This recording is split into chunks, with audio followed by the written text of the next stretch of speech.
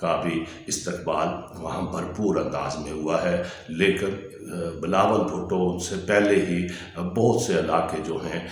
وہ وہاں رابطے کر چکے ہیں، جلسے کر چکے ہیں، اور اسی طرح حکومت کے بھی ایک وزیر جو ہیں امور کشمیر کے گنڈا پور صاحب، وہ بھی پہلے وہاں متحرک ہیں، لیکن وہ زیادہ ہمیں اسکرین پر نظر نہیں آ رہے۔ ظاہر ہے کہ 15 نومبر کو فیصلہ ہونا ہے۔ اس کی تاریخی حوالے سے اس علاقے کی جو معاملات ہیں یا تقاضے ہیں یا یہاں کے لوگوں کی محرومیاں ہیں، اس حوالے سے ہم نے اسی دھرتی کے ایک بیٹے ڈاکٹر عامر حسین سے بات کی ہے، جو صحافی بھی ہیں اور خاص طور پر گلگت بلتستان کے جو مسائل ہیں ان پر گہری نظر رکھتے ہیں۔ ہم نے ان سے ایک نشست کی ہے مختصر، پہلے ہم ان کی گفتگو سنتے ہیں جو ان سے میں نے سوال کیے، اس کے تناظر میں اس علاقے کے جو خد و خال ہیں یا مسائل ہیں وہ ہمیں سمجھنے میں مدد ملے گی۔ یہ گفتگو سنتے ہیں، پھر آگے چلتے ہیں کہ ہونے کیا جا رہا ہے۔ آج ساری صورتحال کے حوالے سے ذوالفقار علی بھٹو سے لے کر بلاول بھٹو تک، اور بیچ میں محترمہ بینظیر بھٹو شہید نے جو گلگت بلتستان سے ہمیشہ ایک الفت کا، محبت کا اظہار کیا، اس حوالے سے ہمارے ساتھ ہیں ڈاکٹر عامر حسین، جن کا تعلق گلگت بلتستان سے ہے، اور یہ صحافی بھی ہیں، لکھتے بھی ہیں، اور عالمی امور پر بھی ان کی بڑی گہری نظر ہے۔ لیکن آج ہم صرف ان کو بات کریں گے ان سے گلگت بلتستان کے حوالے سے، وہاں کے جمہوری عمل کے حوالے سے، کہ مختلف ادوار دیکھے، کیا خواب تھے ان لوگوں کے اور وہ خواب کہاں تک پورے ہوئے ہیں۔ بہت شکریہ عامر حسین صاحب، آپ نے راستہ نیوز کو وقت دیا۔ بتائیے، اس وقت گلگت بلتستان میں جمہوری عمل جاری ہے، کیسے دیکھ رہے ہیں آپ؟ اس وقت کافی الیکشن کی گرما گرمی جاری ہے، اور کیونکہ 15 نومبر کو الیکشن ہونے ہیں اور تمام جو سیاسی پارٹیاں ہیں وہ گراؤنڈ میں ہیں، لیکن جو سب سے اہم اس وقت معاملہ ہے وہ بلاول بھٹو صاحب ہیں، جو پاکستان پیپلز پارٹی کے چیئرپرسن بھی ہیں، اور وہ بذات خود جا کے وہاں پر کمپین چلا رہے ہیں اور کافی پبلک میں پذیرائی حاصل ہو چکی ہے۔ گلگت بلتستان کے جو کی ایشوز ہیں، جس میں ڈیجیٹل رائٹ کا مسئلہ ہے، سی پیک میں شیئر کا مسئلہ ہے، یا ان کے کانسٹیٹیوشنل قانونی جو معاملات ہیں اس کا مسئلہ ہے، تو اس پہ وہ کافی سیر حاصل، اس پہ بحث بھی ہو گئی، اور پبلک ریلیز میں انہوں نے خطاب بھی کیا اسکردو میں، اور ابھی گلگت کی طرف وہ رواں دواں ہے، گلگت پہ بھی خطاب کریں گے۔ اور یہ پورا علاقہ جو کیسے دیکھتے ہیں ذوالفقار علی بھٹو کے بعد بینظیر بھٹو، اور آج بینظیر بھٹو کا بیٹا وہاں گلگت میں ہے، یہ تین عہد کیسے آپ دیکھتے ہیں؟ شمسی صاحب، بنیادی طور پہ گلگت بلتستان میں پاکستان پیپلز پارٹی کا بہت زیادہ سمجھ لے کہ احسان ہے، اور اس کو لوگ سمجھتے بھی ہیں۔ پہلی دفعہ 1974 میں ذوالفقار علی بھٹو صاحب کے دور میں انہوں نے گلگت بلتستان سے FCR کا جو کالا قانون تھا اس کا خاتمہ کیا۔ اس کے بعد انہوں نے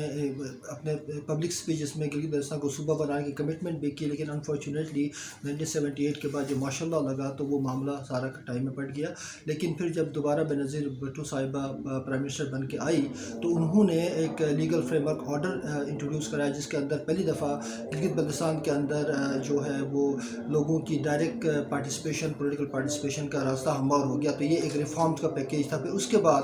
2009 میں پیپلز پارٹی کا دوبارہ جب دور آیا تو اس زمانے میں 2009 میں جناب صدر زرداری صاحب کے دور میں گلگت بلتستان کو امپاورمنٹ اور سیلف گورننس کا سارا جی بولتے رہے، آپ اس آواز آ رہی ہے۔ اچھا، تو وہ جو سارا سلسلہ شروع ہوا، اس کے اندر یہ بات پوری طرح سے انہوں نے جی ٹھیک ہے۔ اور 2009 میں جو پولیٹیکل امپاورمنٹ اور سیلف گورننس کا آرڈر آیا، وہ بہت ہی کمپریہنسو آرڈر تھا، جس کے اندر گلگت بلتستان کی ایک لیجسلیٹو اسمبلی قائم کی گئی، اور لوکل اسمبلی کو بہت سارے سبجیکٹ پہ 54 سبجیکٹ پہ لیجسلیشن کے حقوق حاصل ہو گئے۔ اور اس کے بعد گلگت بلتستان میں آج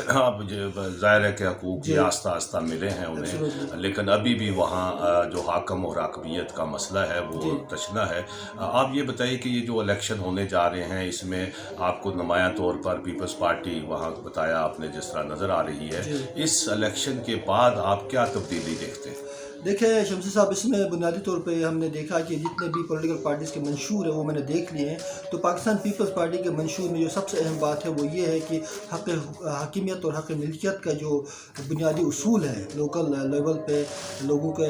لینڈ کے رائٹس کے حوالے سے، لوگوں کے واٹر رائٹس کے حوالے سے، لوگوں کے سی پیک میں رائٹس کے حوالے سے، پولیٹیکل رائٹس کے حوالے سے ایک بہت جامع قسم کا پروگرام موجود ہے. تو اس لیے مجھے لگتا ہے کہ شاید پاکستان پیپلز پارٹی کے اس نئے حوصلے اور ولولے کے ساتھ جو مہم جاری ہے وہ اس کی تاریخ میں گلگت بلتستان میں انہوں نے جو کام کیے ہیں وہ اس کی اعادہ کر رہے ہیں اور بہتر انداز میں اس کو آگے لے جانے کی کوشش. حکمران جماعت تحریک انصاف کا وہاں کیا رول ہے؟ دیکھیں حکمران جماعت کا انفارچونیٹلی ان کے اپنے کوئی زیادہ اسٹرانگ پولیٹیکل لیڈرشپ موجود نہیں تھی. البتہ انہوں نے جیسے یہاں پر قومی سطح پہ کیا تو وہاں پہ انہوں نے الیکٹیبلز کا سہارا لیا ہے، کچھ الیکٹیبلز ان کے پاس گئے ہیں، لیکن آئیڈیالوجیکل نظریاتی طور پہ ان کی کوئی گراؤنڈس ہمیں موجود نہیں نظر آ رہا. اگر انتخابات شفاف ہوں، ٹرانسپیرنٹ ہوں، کوئی داندلی نہ ہو، انجینئرنگ نہ ہو، تو اس کا مطلب یہ ہوگا کہ پاکستان پیپلز پارٹی بہتر پوزیشن میں ہے، لوگوں کے وفاداریاں ان کے لوگ ان کے ساتھ لائل ہیں اور ان کے جیتنے کے امکانات مجھے بہت شکریہ ڈاکٹر عامر حسین صاحب. اور آپ نے بڑی اہم بات کی کہ اگر شفاف الیکشن ہوں، اور شفاف الیکشن ہی اس وقت پاکستان کی بھی، گلگت بلتستان کی بھی ضرورت ہے ہماری، کہ عوام کی رائے چوری نہ ہو. ناظرین، اس حوالے سے ہم مزید تفصیلات بھی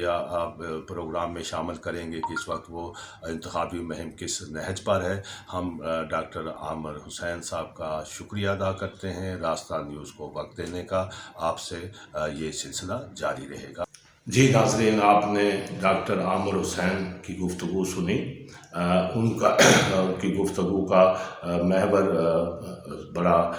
واضح ہے، ان کا جھکاؤ پاکستان پیپلز پارٹی کی جانب نظر آتا ہے، لیکن یہاں تمام سیاسی جماعتیں اپنا اثر و رسوخ رکھتی ہیں